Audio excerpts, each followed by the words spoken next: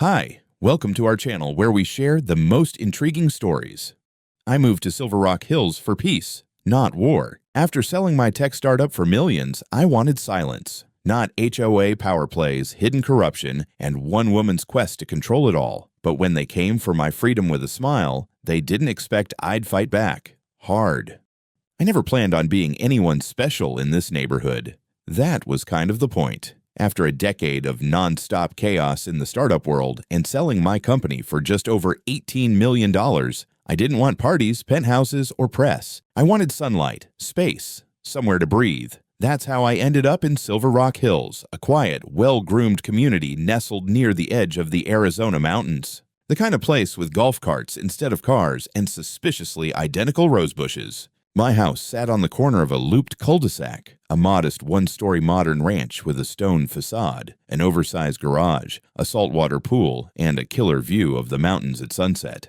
The previous owners had already done all the heavy lifting, landscaping, privacy hedges, even a pre-approved solar installation. It wasn't a mansion, it was something better. Peace. I kept my head down. When I moved in, I introduced myself as a remote business consultant. True enough, if you squint. I bought a used Tesla instead of a new one, declined the invitation to join the golf club, and spent most mornings reading or sketching design mock-ups by the pool. It was blissful, until of course, it wasn't. The neighborhood was friendly at first. Too friendly, maybe. Folks waved a lot. A few stopped by with welcome baskets filled with scones and pamphlets on community resources I had no intention of using. One guy asked if I had any ideas for modernizing the HOA website, and another wanted help with installing a wireless mesh network. I smiled, nodded, and ghosted them politely. The truth was, I wanted no part of community leadership. I'd led teams of 80 engineers through 4 product pivots and a multi-million-dollar acquisition. I was done managing other people's expectations. Then came Karen Browning. She showed up on my 3rd week, unannounced, right as I was trimming some desert grass near the mailbox. Late 60s, perfectly coiffed silver bob, oversized sunglasses, crisp linen shirt. She looked like someone who hosted silent auctions for horse sanctuaries. She extended a manicured hand and introduced herself as the president of the Silver Rock Hills HOA.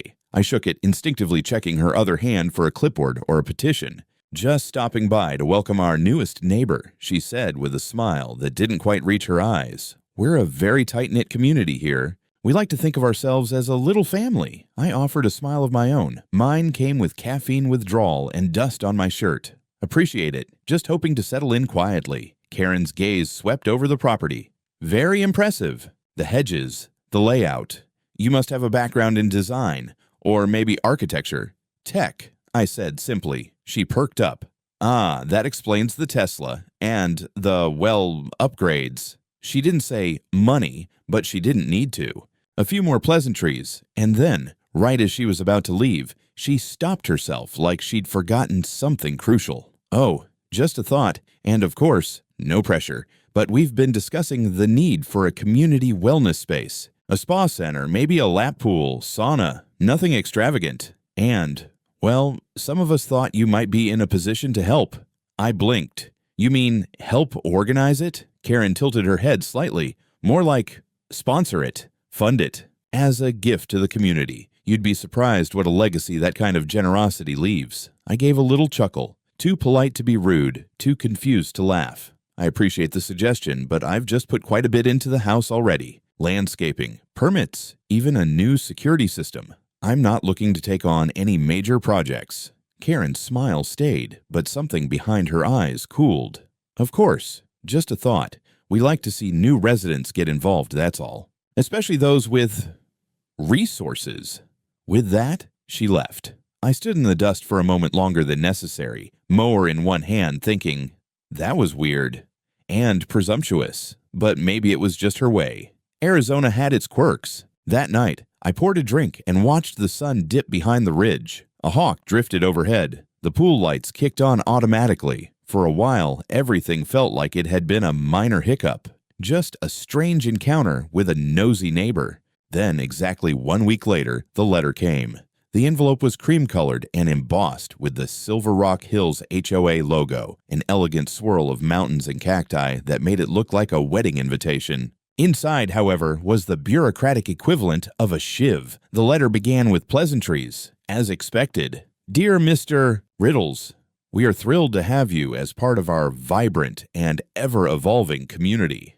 I skimmed through the opening fluff until I hit the meat of it.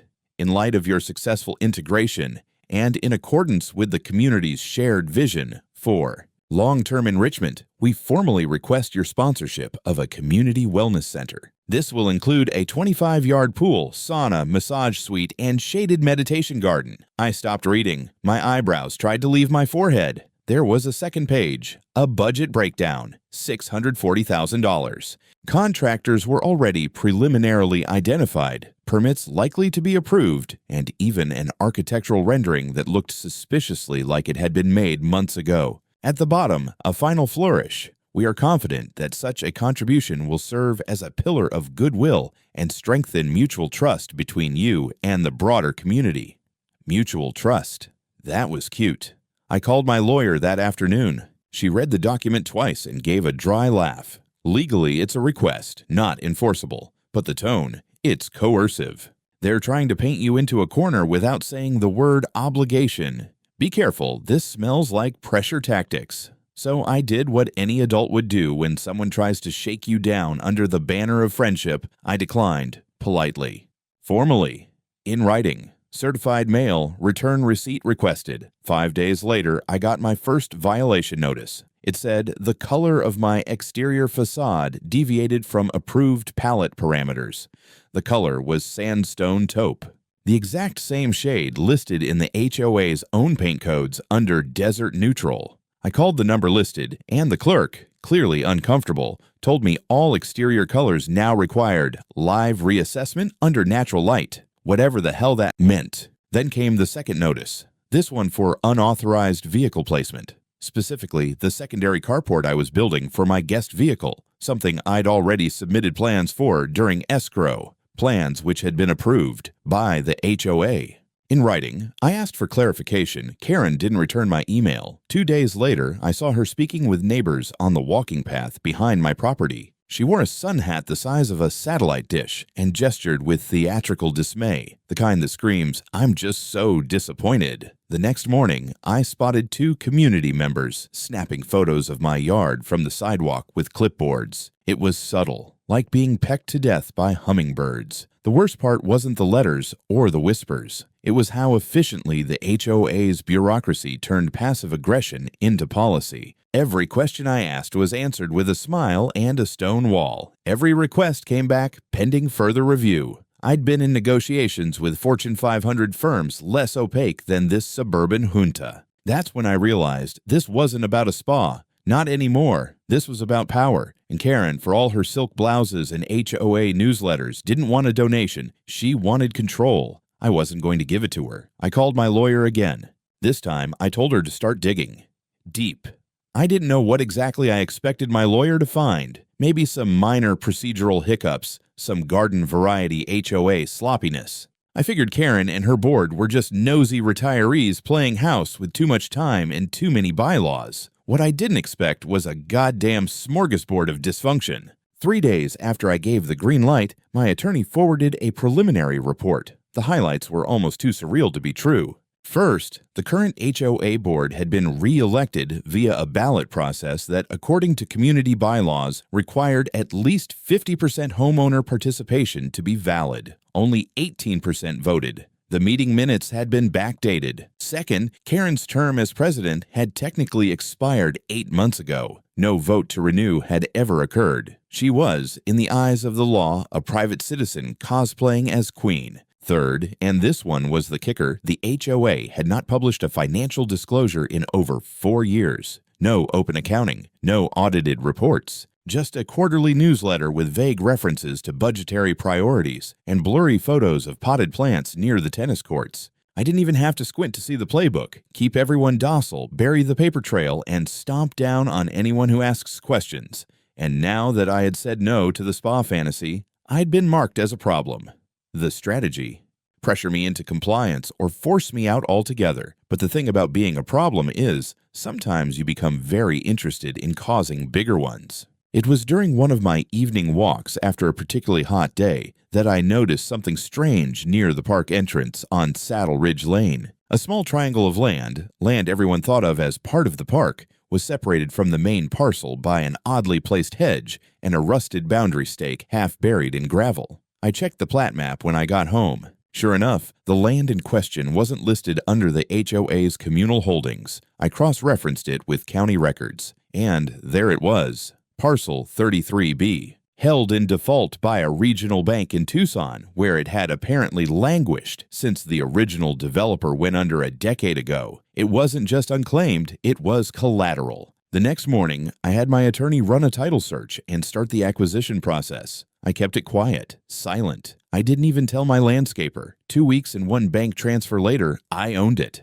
The land was narrow but important, right at the entrance to the walking trail, abutting the so-called community green. Legally, the HOA couldn't cross it without my permission. I installed 2 signs: private property, no trespassing. Violators will be prosecuted. Then I posted the parcel boundary on the HOA bulletin board just for good measure. The silence from Karen was deafening for about a day. Then the phone rang. No caller ID. "Owen," she said, skipping pleasantries. "There's been some confusion." "No confusion on my end," I said. "County records are clear. I own the land. That parcel has been used by the community for years.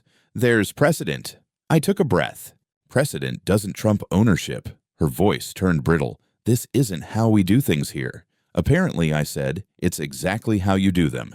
That was the end of the call, but it was only the beginning of the war. By that weekend, I saw neighbors huddled around the park entrance, grumbling. One guy tried to yank my sign out of the ground, only to realize it was sunk in concrete. Someone else left an anonymous note in my mailbox calling me a selfish transplant. I didn't mind. I'd been called worse by people who knew how to code. That Monday, I retained an independent auditor to begin digging into the HOA's books. I gave him a single instruction: find the cracks and tell me who's been patching them. The auditor's name was Barry, and he looked exactly like someone named Barry should look: balding, tan windbreaker, a habit of squinting at spreadsheets like they owed him money. But within a week, he'd turned up enough irregularities in the HOA's finances to make a priest sweat.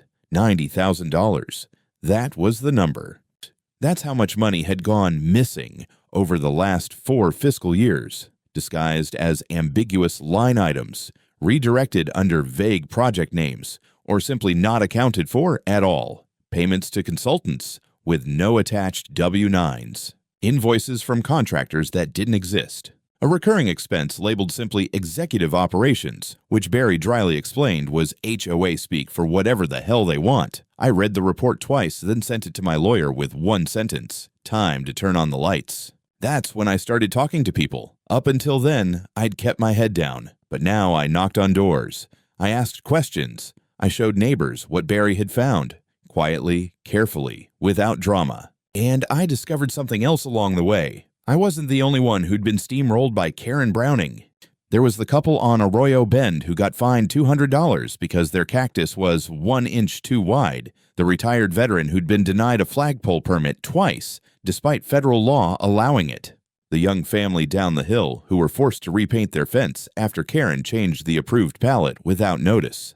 Everyone had a story, but until now, no one had a way to fight back. So I gave them one. Using the HOA's own bylaws, I drafted a petition to call an emergency general meeting. According to the fine print, if more than 25% of members demanded a session, it had to be scheduled within 15 days. By the end of the week, I had over 40% of the neighborhood signed on. Karen, of course, tried to kill it. She sent out a newsletter calling it a rogue operation led by a divisive individual with no respect for community values. I framed that newsletter and hung it in my guest bathroom. On the night of the meeting, the clubhouse was packed. For once, people skipped golf games and book clubs and bridge tournaments. They came in polos and flip-flops with copies of the petition in hand, and they sat in folding chairs that had dust on them from lack of use. I stepped to the podium and laid it all out.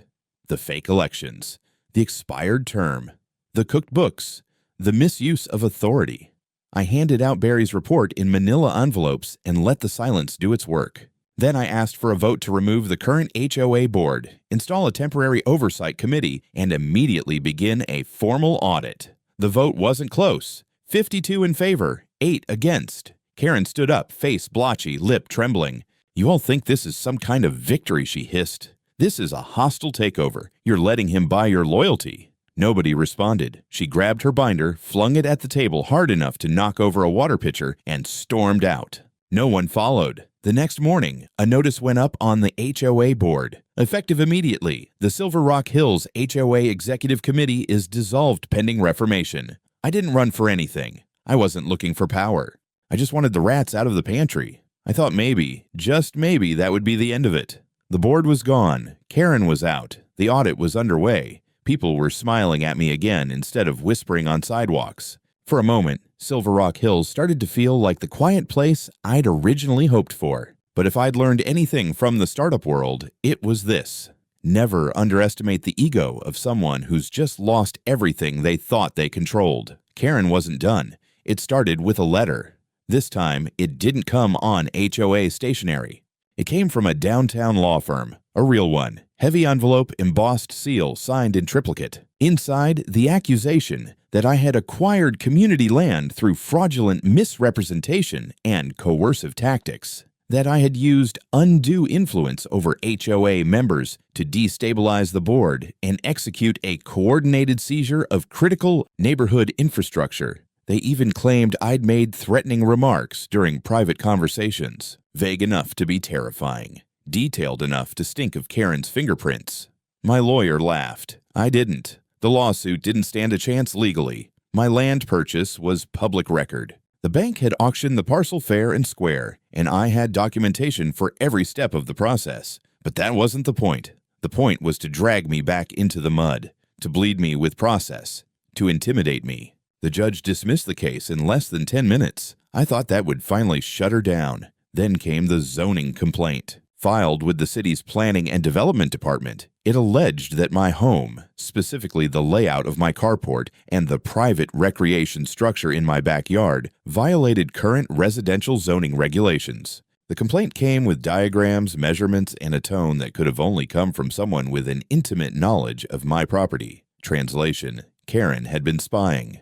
I had to pay for an inspector to come out, walk the perimeter, verify every square foot of my damn pergola. He apologized on the second visit. "I've been doing this 20 years, he said.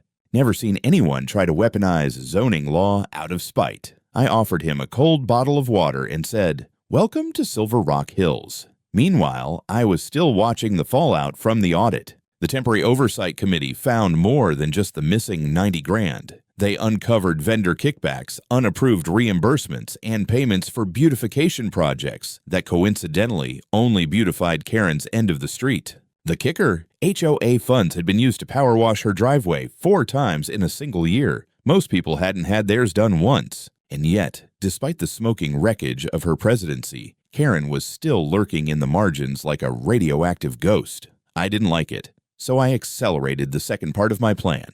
The same way I'd quietly acquired that first slice of land by the park, I began working with my lawyer and a title firm to identify the remaining parcels in the community that weren't firmly owned by the HOA, but were being used as if they were. Turns out, the clubhouse building, the guest parking lot, and even half the tennis courts sat on ground tied up in old financial entanglements, loans, defaults, murky liens from the development firm that had built Silver Rock Hills 15 years ago. It took 2 months of negotiation, 3 different escrow accounts, and a lot of signatures. But by the end of it, I owned 60% of the land that the HOA used to pretend was theirs. I didn't announce it. I didn't post signs. I didn't send out a smug little newsletter the way Karen might have. I just filed the paperwork, transferred the deeds, and waited. It took about 3 days for the realization to hit.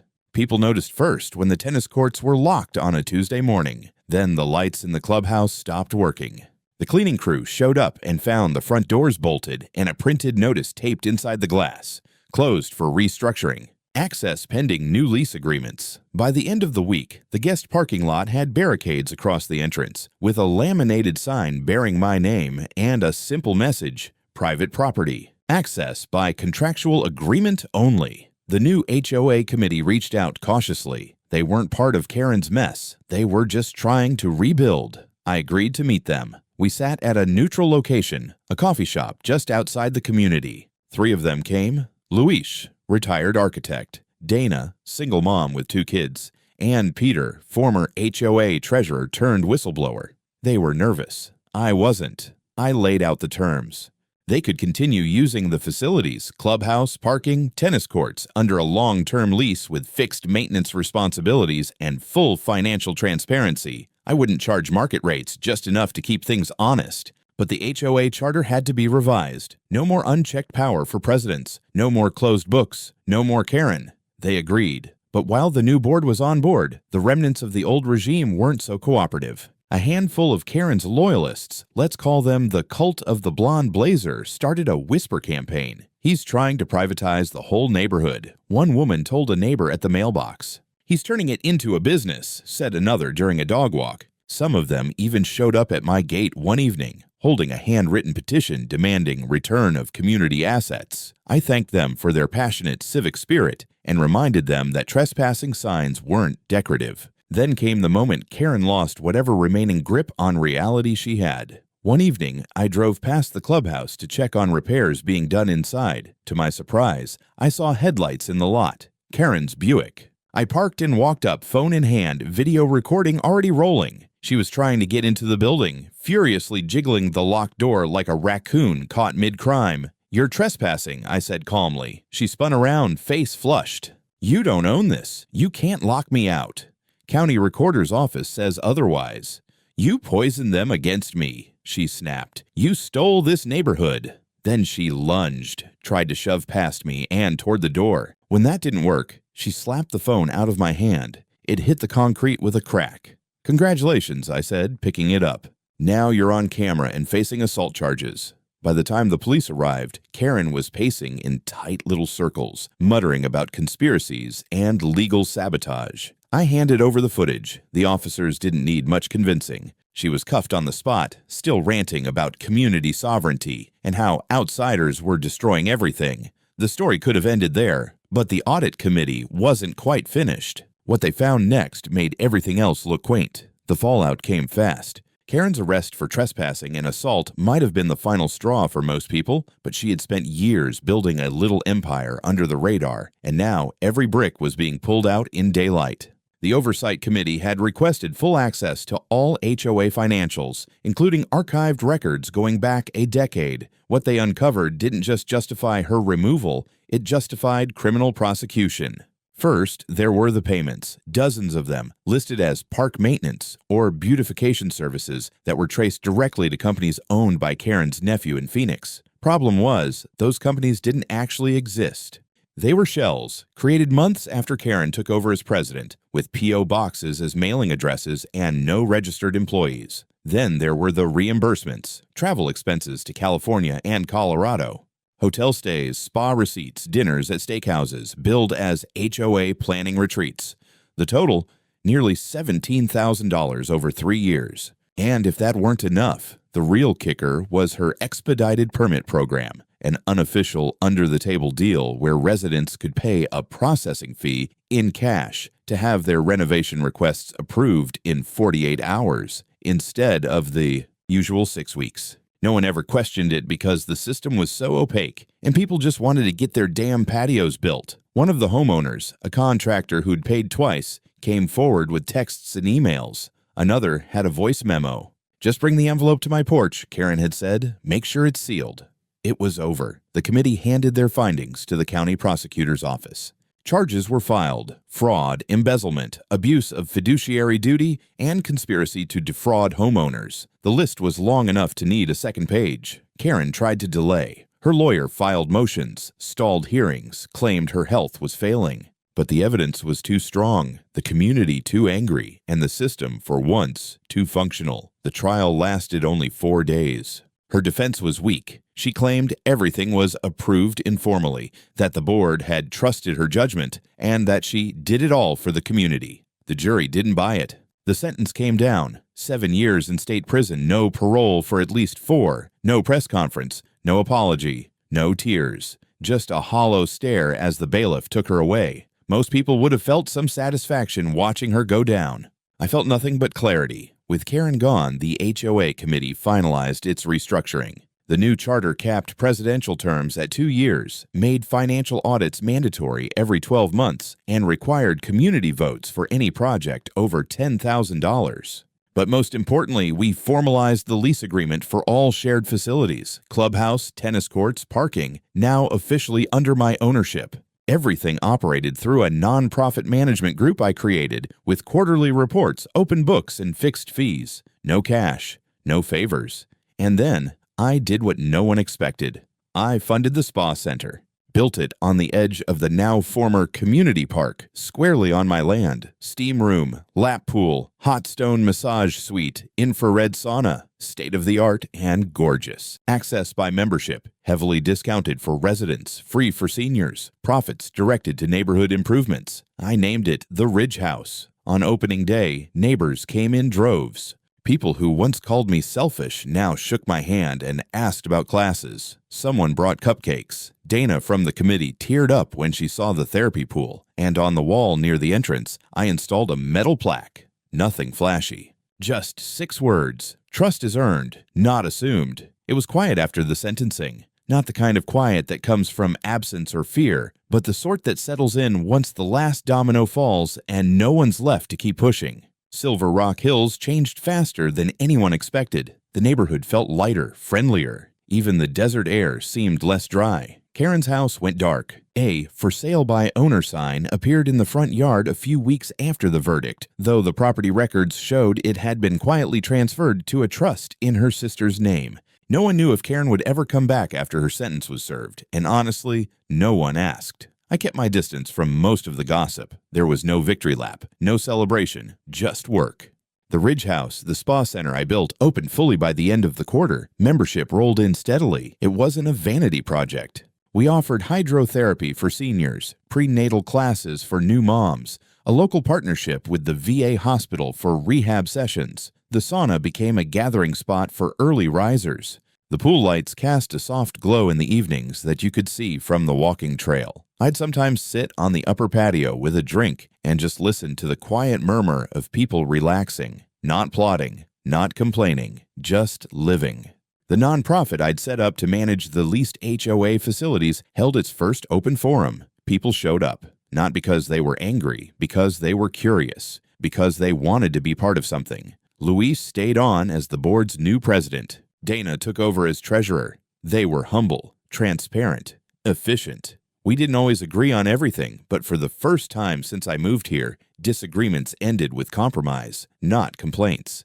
A few months later, I got a call from the assistant county prosecutor. He asked if I'd be willing to submit a victim impact statement for the official record. I declined, not out of leniency, but because the record already spoke for itself. The charges, the audits, the missing funds, the breach of trust, everything was there. What more could I possibly add? I didn't need the last word. Instead, I focused on the property, that patch of useless buffer land near the back fence. We turned it into a meditation garden with desert succulents and shaded benches. The old HOA office building, now under our lease, was converted into a reading lounge and a small co-working space. Not a single dollar of it came from forced assessments. It came from subscriptions, voluntary funding, people contributing because they saw value. I still consulted, still took the occasional tech meeting or startup call, but I no longer needed the work. I did it because I liked solving problems. This one had just been more personal. One evening, as I locked up the Ridge House, I passed by the bronze plaque we'd mounted beside the entry. It had weathered nicely, oxidized just enough to feel permanent. I stopped, touched it. Trust is earned,